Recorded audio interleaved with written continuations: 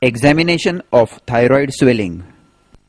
The thyroid gland is located in front of the neck with its two lobes on either sides of the trachea connected by an isthmus.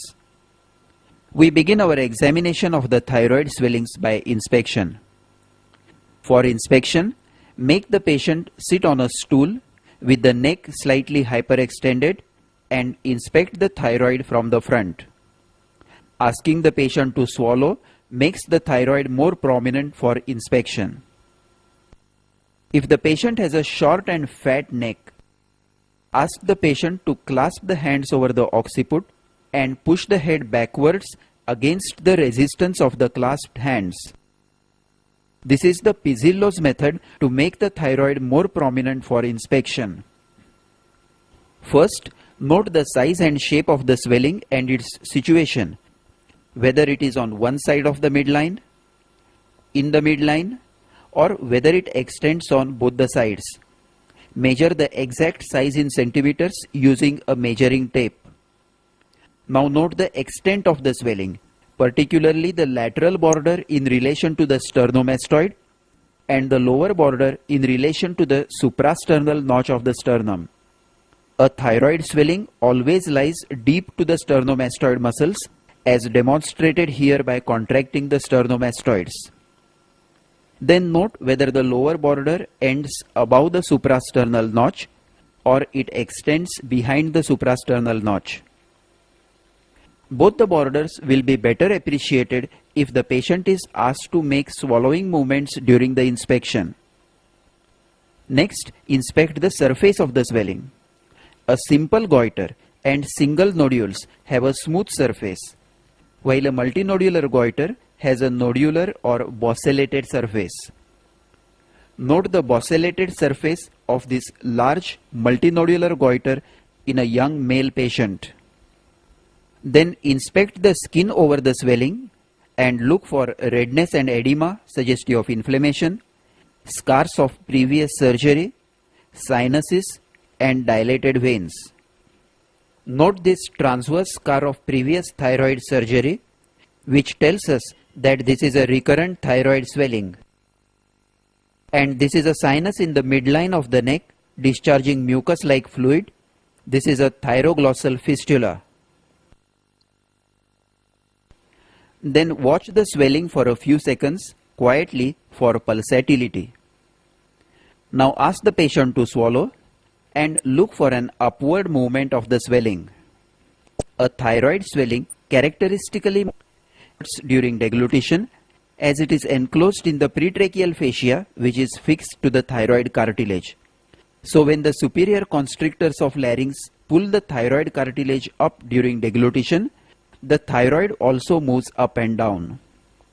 Of course, we should not forget the other swellings that also move on deglutition, that is the thyroglossal cysts, pretracheal lymph nodes, subhyoid bursa, and extrinsic carcinoma of larynx. A swelling which is not attached to the pretracheal fascia, like this lipoma, will not move upwards during deglutition. Note the upward movement of the thyroid cartilage, but not of the swelling. If the swelling is a nodule close to the midline, you must also test for its upward movement on protrusion of the tongue. Ask the patient to extend the neck and open the mouth wide. Now, keeping the mouth open, let the patient move the tongue out and in. This is a thyroglossal cyst, and note the upward movement of the swelling as the tongue is protruded. This sign is diagnostic of a thyroglossal cyst which is connected to the foramen cecum of the tongue. A thyroglossal fistula also moves upwards on protrusion of the tongue, as the fistula is connected to the foramen cecum. And of course, it also moves up with deglutition. To revise, on inspection, first note the size and shape of the swelling, its location, and its borders in relation to the sternomastoid and the suprasternal notch. Then inspect the surface, whether smooth, nodular, or bossellated. Then inspect the skin over the swelling for redness and edema, scars and sinuses and dilated veins. Look for any visible pulsations in the swelling. Then ask the patient to swallow and look for an upward movement of the swelling during deglutition. And lastly, if the swelling is close to the midline, look for an upward movement of the swelling on protruding the tongue. Now let us proceed to palpation. After completing inspection, let the patient be in the same position sitting with neck extended and test the temperature of the swelling with the back of the fingers and then look for tenderness. Then stand behind the patient, place the hands around the neck with the thumbs over the occiput and tips of the other fingers over the front of the neck. This is the standard method for palpation of the thyroid gland. The flexion of the neck can be adjusted by the grip between the thumbs over the occiput and the index fingers under the chin. Now keep the neck slightly flexed to relax the deep cervical fascia and ask the patient to make a swallowing movement as you are palpating. As the thyroid moves up and down, the lower border can be appreciated better and nodules, if present, can be felt more easily. Then palpate the anterior surfaces of the lobes one at a time, inclining the head to the side being examined to relax the overlying sternomastoid muscle. For example, to examine the right lobe, flex the neck slightly to the right, support the thyroid firmly with the left hand and then palpate with the right hand. Note the consistency, surface and borders carefully. Palpate the tracheal rings in the suprasternal notch, that is, below the lower border of the isthmus. If they are not felt, a retrosternal extension should be suspected.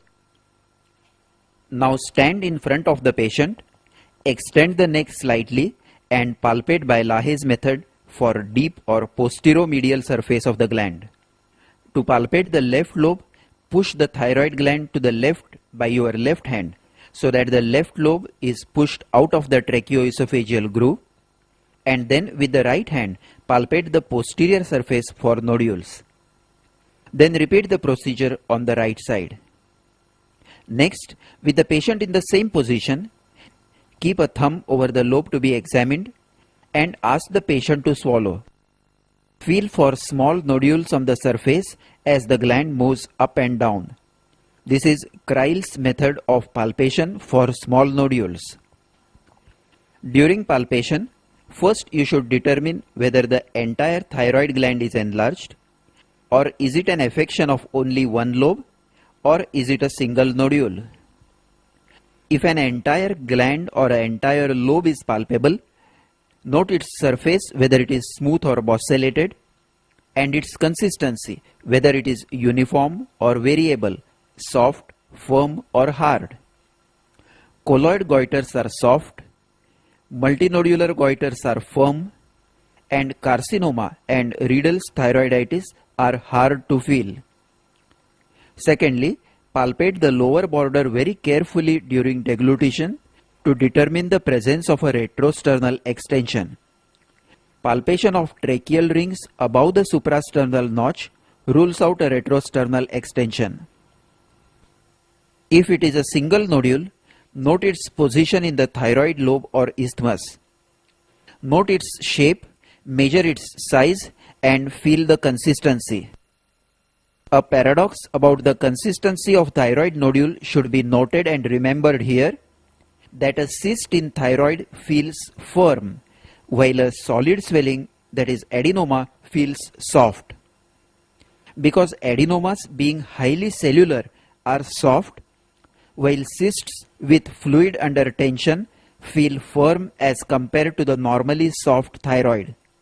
After palpating the nodule, try to palpate the rest of the thyroid gland. Normally it is not palpable.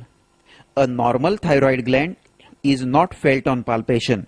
Only its isthmus can be felt over the second, third and fourth tracheal rings. So if along with a single nodule, like this nodule on the isthmus, the rest of the thyroid gland is palpable, clinically it is considered as a multinodular goiter with a single large nodule.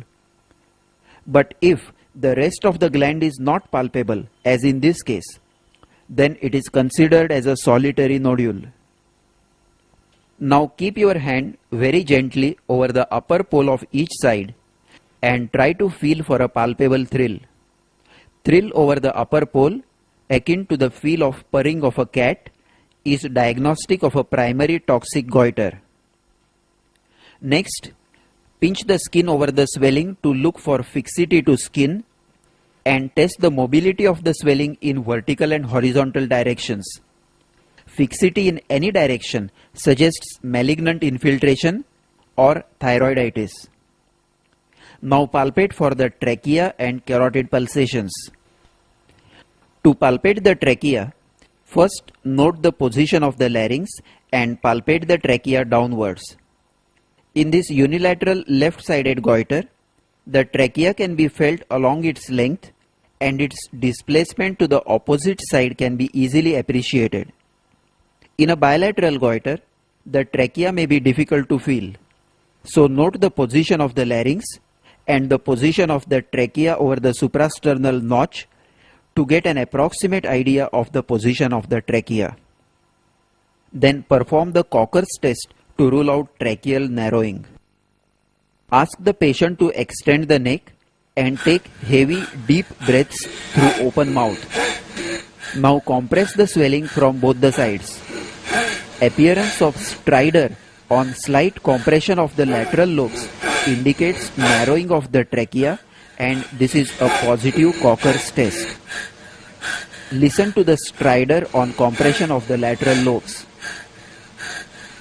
This is typically seen in the scabbard trachea of large and long-standing multinodular goiters, where trachea is compressed from both the sides and becomes an antero-posterior slit like the scabbard of a sword. So lateral compression immediately produces obstruction and stridor. It may also be seen in a malignant thyroid infiltrating the trachea. Now palpate the carotid artery pulsations against the transverse process of the sixth cervical vertebra between the posterior border of thyroid and the sternomastoid. In a unilateral goiter, first palpate the normal side for normal feel of the carotid pulsation and then compare it with the affected side. If the goiter is large, the carotid sheath will be pushed backwards, but the pulsations will always be well felt in spite of the backward displacement in a benign goiter. But in a malignant goiter, the carotid pulsations may be felt weak or obliterated due to malignant infiltration of the carotid sheath. This is a positive Berry's sign, that is, obliteration of carotid pulsation in malignant thyroid. To revise, we palpate by the standard method, Lahaye's method and Kreil's method. Note on palpation the exact size and shape of the swelling and identify its borders. In particular, palpate the tracheal rings in the suprasternal notch to identify a retrosternal extension if any. Then note the surface and the consistency of the swelling and palpate carefully by Lahaye's method and Kreil's method for small nodules within the gland. In case of a single nodule, note whether the rest of the gland is palpable. Now look for a palpable thrill over the upper pole and for fixity to skin or deeper structures. Lastly, palpate the trachea and the carotids. Trace the trachea, look for deviation from the midline, and if goiter is large or bilateral, perform the Cocker's test. Lastly, palpate the carotids behind the posterior border of the swelling. Now let us proceed to percussion and auscultation. Percuss directly over the manubrium sterni or use a heavy percussion stroke. Normally the note is resonant due to air in the trachea behind the manubrium sterni. If the percussion note is dull, suspect a retrosternal extension of thyroid which descends between the trachea and the sternum and comes to lie between the manubrium sterni and the air column. Auscultation. Auscultate over the swelling, paying more attention at the upper poles for a systolic bruit. Bruit is diagnostic of primary toxic goiter and is due to markedly increased vascularity of the gland. Having completed the examination of the swelling and concluded that it is a thyroid swelling, now you should look specifically for signs of thyrotoxicosis, signs of myxedema, signs of retrosternal extension, and signs of metastasis. Signs of thyrotoxicosis. First, let us look for the eye signs. Ask the patient sitting upright on a stool to look horizontally forwards towards a distant object at eye level. Normally, the lower lid just touches the limbus at 6 o'clock, while the upper lid covers the upper margin of the cornea from 11 to 1 o'clock. Limbus is the corneal margin. The early eye signs of thyrotoxicosis are lid retraction, lid lag, and infrequent blinking. The earliest eye sign to appear is the lid retraction with resultant widening of the palpebral fissure, also termed as Dalrymple's sign. Note here the lid retraction which is more prominent in the left eye. The upper lid is retracted due to tonic contraction of the involuntary part of the levator palpebrae superioris, thereby exposing a strip of white sclera above the superior limbus. This results in a typical staring and frightened look of a thyrotoxic patient. This is associated with infrequent and incomplete blinking of the eyes, termed as Stelzach's sign. Note how infrequently the patient blinks, and when she blinks, it is only partial. Now test for lid lag or von Graff's sign. With the left hand, fix the patient's head to prevent neck flexion or extension. Hold your right index finger in front of the patient's eye at a distance of 40 centimeters and asking the patient to follow the finger, move it upwards and downwards. When the patient looks downwards, the upper lid lags behind and a larger portion of the white sclera is exposed on looking down. This is a positive von Graff's sign. With further progress of thyrotoxicosis, there is actual bulging of the eyeballs due to retroorbital edema and fat deposition. This is termed as exophthalmos. Ask the patient to stare horizontally forwards, and a strip of white sclera is visible between the inferior limbus and the lower eyelid. This has nothing to do with the upper lid retraction, and it is due to actual forward bulging of the eyeball, that is exophthalmos. Now to note the amount or degree of exophthalmos, examine the eyes by Nabziger's method. Stand behind the patient, tilt the head of the patient backwards to observe the eyes in supraorbital plane. The actual protrusion of the eyeballs beyond the supraorbital ridges can be appreciated in this position.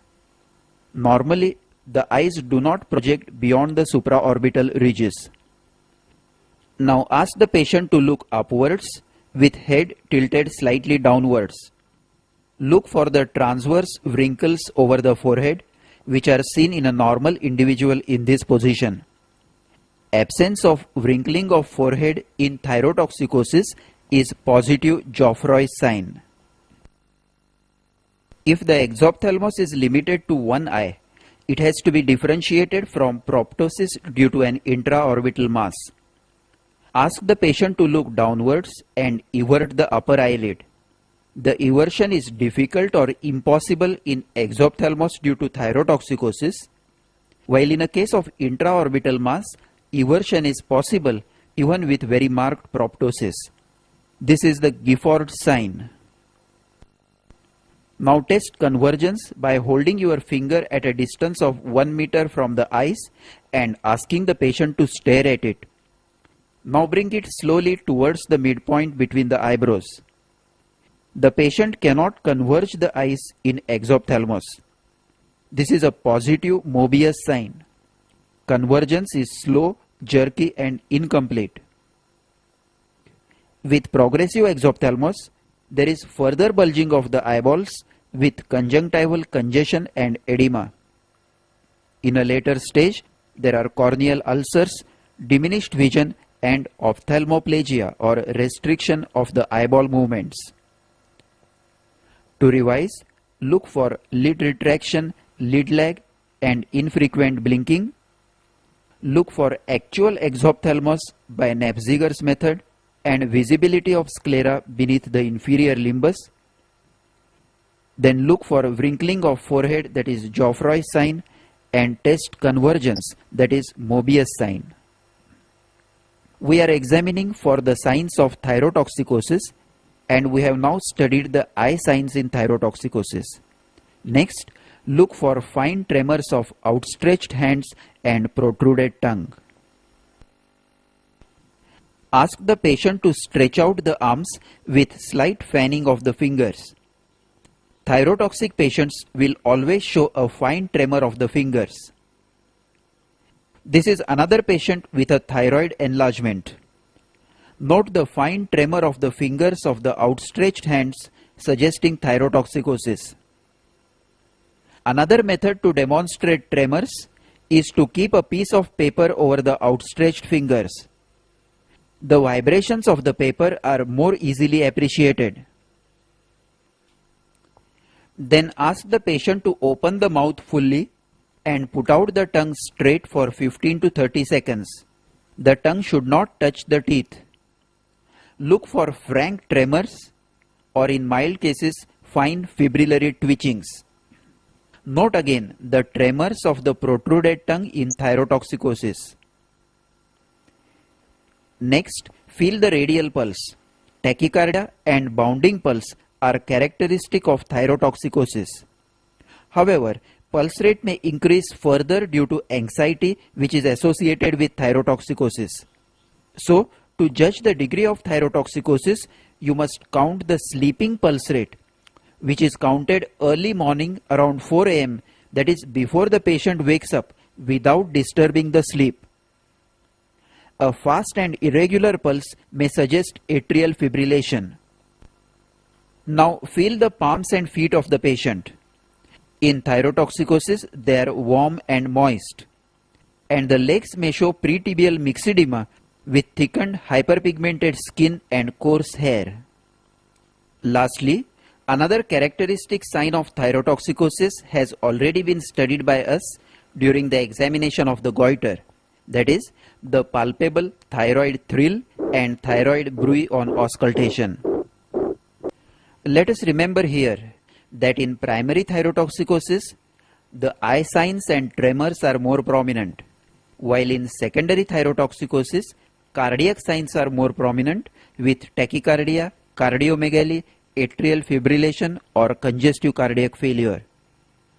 In secondary thyrotoxicosis, the tremors are less prominent and eye signs and exophthalmos are not seen. Signs of myxedema.